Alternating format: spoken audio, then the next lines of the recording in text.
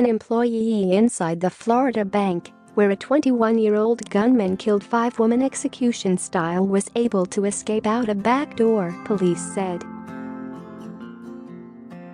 The lone survivor, whose name has not been released, was in the break room inside SunTrust Bank in Sebring when Zephen Xaver stormed inside on Wednesday. Authorities initially said that Xaver killed everyone inside the bank, but the employee managed to escape out of a back door after they heard gunshots ring out. The employee ran to safety outside and immediately called 911, according to WKMG. Highlands County Sheriff's Office said no details about the employee will be released. Xaver allegedly opened fire on SunTrust Bank around 12:30 p.m. on Wednesday. 6 minutes later, he called 911 and said, "I have shot 5 people." Authorities said Xaver, who was wearing a bulletproof vest, made all 5 of his victims lie down on the lobby floor before shooting them in the back of their heads.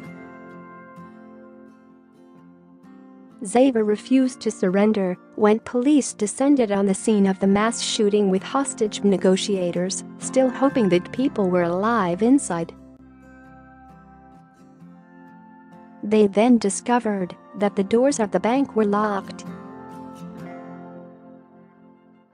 After more than an hour, Sebring Police Chief Carl Hogland ordered a SWAT team into the building.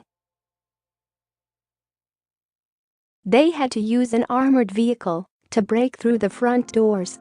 By then, all the victims were already dead. Xaver, who was also wearing a beige t-shirt depicting the 4 horsemen of the apocalypse, surrendered and was placed under arrest. On Thursday morning, he was charged with 5 counts of premeditated murder and is being held without bond.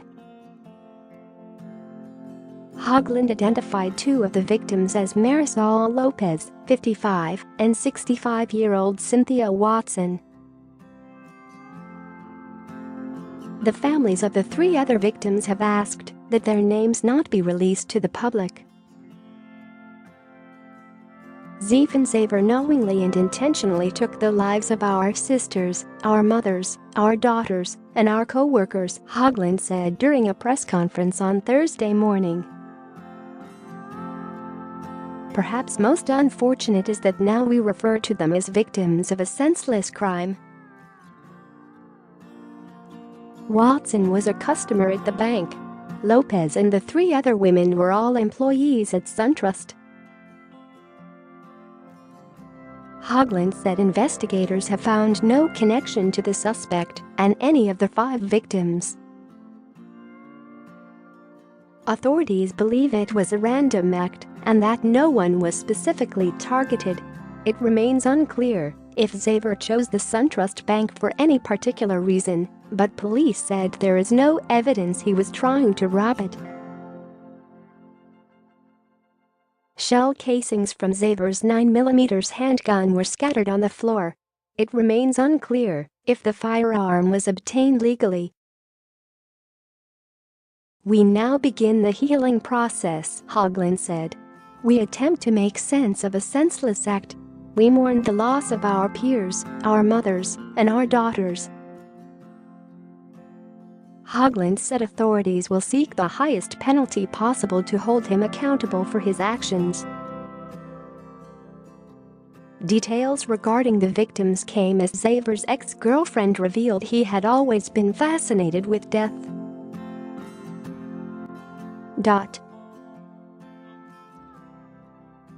"He always hated people," Gerlich told WSB-TV. "He got kicked out of school for having a dream that he killed everybody in his class." Gerlich said her ex-boyfriend had been threatening this for so long, but that people ignored her warnings. "His mother just completely denies everything, and I've been scared for years, and every single person I've told has not taken it seriously," And it's very unfortunate that it had to come to this, she added. Gerlich said she first met Xaver at a psychiatric hospital in Plymouth, Indiana, where he grew up and attended high school in 2013. Since the time we met, he had this fascination with death, she told the Washington Post. Share this article. Share. It got worse as we broke up. We got back together on and off for a while. Then I decided it was too much for my mental health. But Gerlich would check in with her ex-boyfriend every few months. Just last week, he told her he had purchased a gun and showed her a picture of the firearm.